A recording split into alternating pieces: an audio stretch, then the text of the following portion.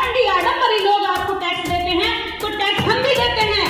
अगर उनको धर्म की आजादी है, सड़कें ढेर कर मंदिर बनाने की आजादी है, तो हमारा रजिस्टर बोर्ड बिहार बचाने की हमें भी स्वतंत्रता होनी चाहिए। एक महिला 3 बार मर चुकी और दावा कर रही कि मैंने 3 बार स्वर्ग देखा है। लेकिन बच्चों में, महिलाओं में फरसे और तलवारें लहराकर दहशत फैलाकर भारत को विश्व गुरु कहकर मानेंगे तो इन अम्बेडकरवादियों को, इन बौद्धिस्टों को मानेंगे जो न्याय के साथ अजनबी के बीच लिए खड़े हो जाते हैं।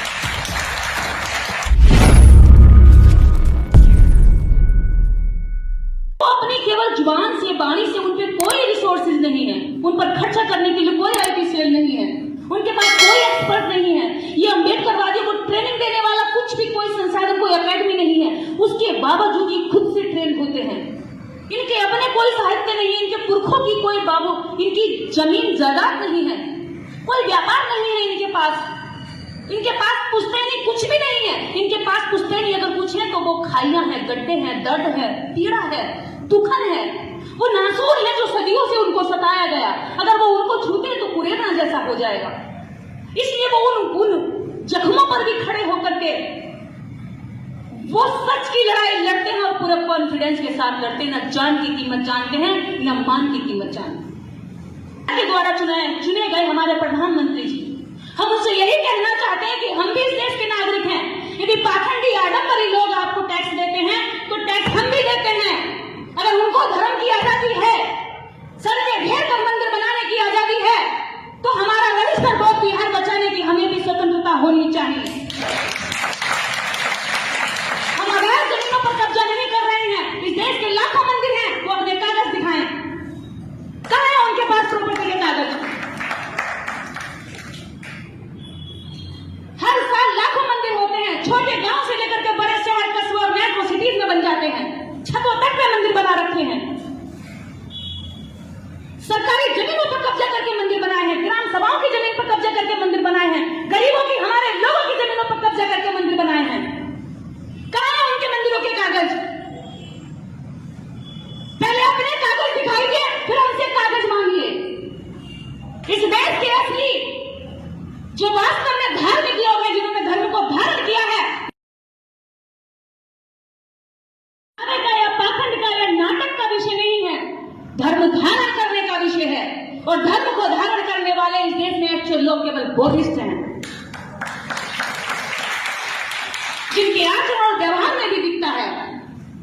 वो सड़कों पर नंगा नाच नहीं करते, वो सड़कों पर तलवारें लहरा करके किसी जबरदस्ती नहीं कहते चल बोल जय श्री राम, चल बोल बजरंगबली की जय। नहीं, वो शांति से, डिसिप्लिन के साथ अपने मार्ग पर चलते हैं। आप बौद्ध भिक्षु को देखिएगा और नागे बाबा को देखिएगा। एक बौद्ध भिक्षु जिस लाइन पर चलेगा, सारे बौद्ध भिक्षु पीछे पीछे उसी लाइन पर चलेंगे। लाइन टूट नहीं सकती। अगर रास्ते में कोई उनको चोट पहुंचा रहेगा तो बदले में वो उसको धक्का नहीं मारेंगे, अपना रास्ता टेढ़ा कर लेंगे। लेकिन वही उस धर्म का जो आज हमारे लोगों को गुलाम बना कर हम पर कहता है कि तुम चंद मुट्ठी भर लोग हमारा क्या करोगे, तुम उखाड़ कर फेंक देंगे। अरे तुम हजारों वर्षों से उखाड़ कर फेंक रहे हो, फिर भी ये सच ऐसा है कि जमीन से बार बार सर उठाता है। सच को दबाया जा सकता है, सच को डराया जा सकता है, धमकाया जा सकता है, परेशान किया जा सकता है, किनारे किया जा सकता है, लेकिन खत्म नहीं किया जा सकता। आज भारत की सरकारें झूठ के साथ हमारे भावनाओं से खेल रही हैं। इस भारत के अंदर सच बोलने वाले लोगों की, बौद्धिस्टों की भावनाओं की कोई कदर नहीं है। हम इस देश के बौद्धिस्ट इस विश्व स्तर पर मांग करते हैं कि जितने भी विश्व में बौद्धिस्ट हैं वो हमारी इस पीड़ा को समझें, सुने कि इस भारत में हम जब बुद्ध की बात करते हैं, शांति की बात करते हैं, तब हमें रक्तपात का खतरा दिखाया जाता है, तब हमें हमारी जमीनें, हमारे बौद्ध विहार छीनने का डर दिखाया जाता है। एक बौद्ध विहार नहीं है, अंबेडकर भवन के नाम से लाखों गांव में ग्राम सभा की जमीनों को सामुदायिक भवन बनाकर छीन लिया गया। आज हमारे लोग उनमें बैठ भी नहीं सकते। जब उनमें घर जम रहे थे, किसी काम के नहीं थे, तो वो अंबेडकर भवन थे। जब लोग जागरूक हुए, उनमें लाइब्रेरी बनाने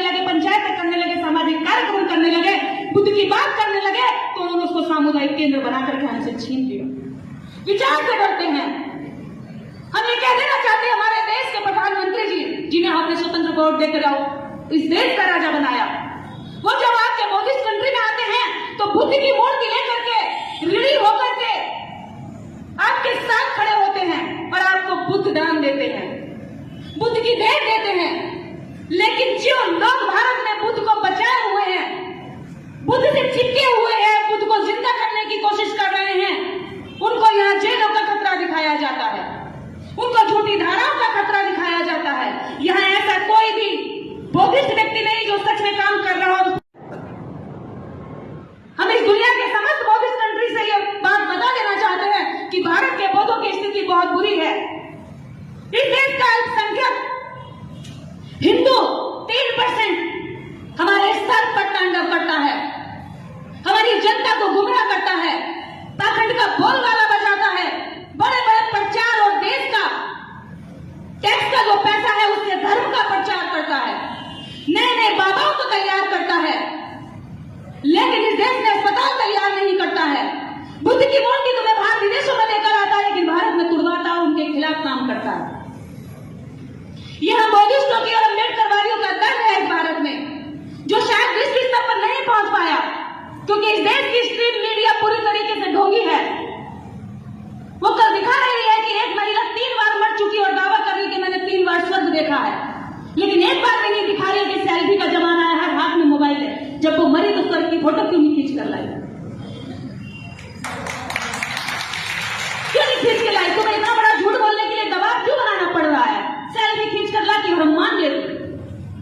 आज जब हम लोगों ने दुनिया को ये बताना शुरू किया कि ऊपर कुछ नहीं है, जीवन एक ही है और यही है सब कुछ, यही अच्छा करना है और यही लोगों का कल्याण करना है, यही अपने जीवन को सार्थक बनाना है, तो वो जोर दे रहे हैं कि नहीं, यहाँ तो जो हो रहा है होने दो, आंखों से देखो, आदमी पिट रहा है बोलो मत, महिला के साथ गलत हो रहा है बोलो मत, स्वर्ग ऊपर है। लेकिन अम्बेडकरवादी कहता है कि नीचे है सब कुछ। और मैं तो ये मानती हूं अगर स्वर्ग होगा भी, मेरे कॉन्सेप्ट में, बाबा साहब के कॉन्सेप्ट में कहीं स्वर्ग नहीं है, कहीं नर्क नहीं है। अगर स्वर्ग होगा भी तो मैं दावे के साथ कहती हूँ, जिन्होंने यहाँ पर हमारे हाथ में अच्छा खाना नहीं आने दिया, अच्छे कपड़े नहीं आने दिए, अच्छा चप्पल नहीं आने दिया, अच्छे मकान दुकान नहीं आने दिए, वो हमें स्वर्ग की अप्सराओं से अच्छी दारू क्या पीने? वो तो व्यसन है, वो तो शौक मौज है, वो क्या हमें करने देंगे, वो क्या हमारे लोगों को करने देंगे? वो अप्सराओं से हमें खाना खिलवाएंगे जो यहाँ पर हमें मरे हुए जानवरों की आंत और भी खाने के लिए धक्का मारते थे। कैसे हम लोग कितने भोले हैं कि हमें वहां स्वर्ग मिलेगा? अरे इस जीवन में स्वर्ग का सारा रास्ता संविधान से बाबा साहब अम्बेडकर खोल देते, उसको हमें पढ़ना पड़ता है। और अगर मोक्ष की प्राप्ति करनी है तो वो सच्चा मोक्ष भी बुद्धा बताकर गए, निर्माण प्राप्ति। आपके पास विश्व के 2 महान विभूति और 2 शख्स हैं जिनको आप शिक्षित नहीं होना चाहते, जिनके विचारों से, और वो शिक्षित होकर उनको दबाने का काम कर रहे हैं। मैं देश के समस्त अम्बेडकरवादियों से कह देना चाहती हूँ कि इस बौद्ध विहार को हम बचाएंगे और अपनी आखिरी सांस तक बचाएंगे। आज भी बुद्धिस्टों ने यहाँ मंच से कहा है कि हम बेईमानी नहीं करेंगे, जितना पैसा उस समय का बनता था हम उसका वो पैसा देने तक के लिए तैयार हैं। हम हिंसा करने वाले लोग नहीं हैं और हम प्रेम से, करुणा से अपने हक को लेंगे, हम किसी के साथ कुछ गलत नहीं करेंगे। इसी संदेश के साथ इस देश में चमार इतने जागरूक हैं कि अगर वो मानवता की कोई बात करेगा तो वो चमार हो जाएगा, बुद्ध के मार्ग की बात करेगा तो वो चमार हो जाएगा। नहीं जानते कि मेरी जाति क्या है, मेरे करीबी लोगों को भी नहीं पता है।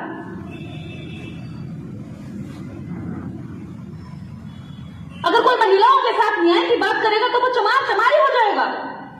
कितनी घटिया तरीके से इस बात को भी वो गर्व के साथ नहीं बताते हैं, इस तरह से बोलते हैं कि हम शाय हो जाए, हम घबराएं, हम उनके सामने लगे कि हम नीचे हैं, छोटे हैं हम। इस घमंड में सदियों से मानव मूल्यों का नाश किया है और इस देश की धरोहरों को बर्बाद करने का मतलब केवल बौद्धों का नुकसान करना नहीं है, पूरी मानव सभ्यता का नुकसान करना है। क्योंकि विश्व की या भारत की कहीं की भी किसी मानव सभ्यता ने पहला कोई मंदिर बनाया है या कोई इमारत बनाई है तो मानव सभ्यता की पहचान है कि उस समय वो कितने विकसित ब्रेन के लोग थे। इस भारत में नालंदा, तक्षशिला, विक्रमशिला जैसी यूनिवर्सिटियों को बर्बाद कर दिया गया।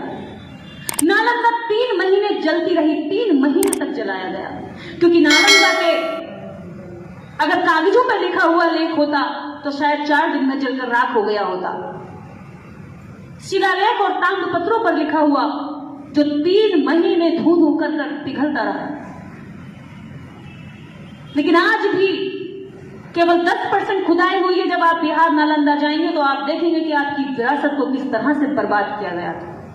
केवल बौद्धों की या सम्राट अशोक की या इस देश के मूल लोगों की विरासत बर्बाद नहीं की थी, वो इस विश्व स्तर पर ज्ञान देने वाली, जिसने भारत को विश्व गुरु बनाया। आपको और बता दूं कि आप भारत को विश्व गुरु के नाम से आज करते हैं। हम भारतीयों की खासियत बहुत अच्छी है, हम भले कल्याण अपने परिवार, अपने समाज, अपने आस पड़ोस का न कर पाए, लेकिन हम बात विश्व स्तर की ही करते हैं। बात हम विश्व स्तर की ही करते हैं। ये हमारी अच्छी बात है, पॉजिटिविटी है। भले हमें मोहल्ले में कोई ना जाने, लेकिन हम अध्यक्ष राष्ट्र स्तर के ही होते हैं। ये अच्छी बात है, सोच बड़ी होनी चाहिए। लेकिन बड़ी चीज ये है जब हमको कहा जाता है कि हम विश्व गुरु बनाएंगे भारत को। पहले ये तो बताइए कि विश्व गुरु किसकी वजह से भारत बना? बुद्ध की वजह से। बुद्ध को पैरों में रख के, किनारे करके, अपमानित करके तुम धोता विश्व गुरु कैसे बना लोगे? तुम चरस और गांज में हुल्लड़ दंग मचाकर सड़कों पर एक नारे के साथ बच्चों में, महिलाओं में फरसे और तलवारें लहराकर, दहशत फैलाकर भारत को विश्व गुरु कैसे बना लोगे? कैसे बना लोगे विश्व गुरु? जहां बलात्कारियों के साथ तुम खड़े होते हो, उनके लिए आमरण अनशन करते हो, उनके लिए कलेक्ट्रेट पर जाकर धरने देते हो, कैसे दूसरा देश तुम्हें आदर्श मानेगा? अरे यहां तो महिलाओं के साथ जब गलत हो जाता तो उनके पक्ष में, अपराधियों के पक्ष में जाकर के ये खड़े होते हैं। कौन सा देश तुम्हें आदर्श मानेगा? नहीं मानेगा। अगर वो आदर्श मानेंगे तो इन अम्बेडकरवादियों को, इन बौद्धिस्टों को मानेंगे जो न्याय के साथ अजनबी के लिए खड़े हो जाते हैं। झूठा विश्व गुरु बनाना चाहते हो और सच विश्व गुरु का जो नाम है उसको दबा के रखना चाहते हो। दोगलापन से विश्व गुरु नहीं बनेगा। विश्व गुरु की उपाधि कहां से मिली आपको वो जानना पड़ेगा। भारत के अंदर जब नालंदा यूनिवर्सिटी में हेनसांग हाईयान जब पढ़ने आए, चीन के 2 विद्यार्थी थे जो आपकी नालंदा यूनिवर्सिटी से पढ़े थे, उनकी किताबों में भारत की मेरी यात्रा, इस विश्व गुरु को, इस भारत